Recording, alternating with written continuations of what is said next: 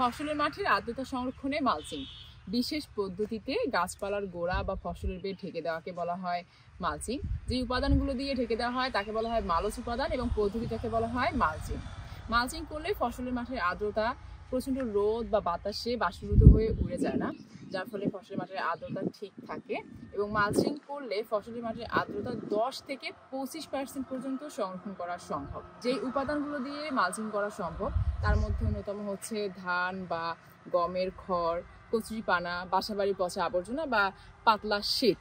Mulching করার ক্ষেত্রে mulch উপাদান গাছের গোড়া থেকে 1 থেকে 2 ইঞ্চি দূরে স্থাপন করতে হবে। তবে খেয়াল রাখতে হবে মালচ উপাদানের পুরুত্ব যেন 5 সেন্টিমিটারের বেশি না হয়, কারণ পুরুত্ব বেশি হলে অনাকাঙ্ক্ষিত শিকড় গজাতে পারে। আর হ্যাঁ, সঠিকভাবে মালচিং করলে গাছের গোড়া পোকামাকড়ের আক্রমণ থেকে রক্ষা পায়, অনাকাঙ্ক্ষিত ঘাস গজায় না এবং আর্দ্রতা ঠিক থাকে।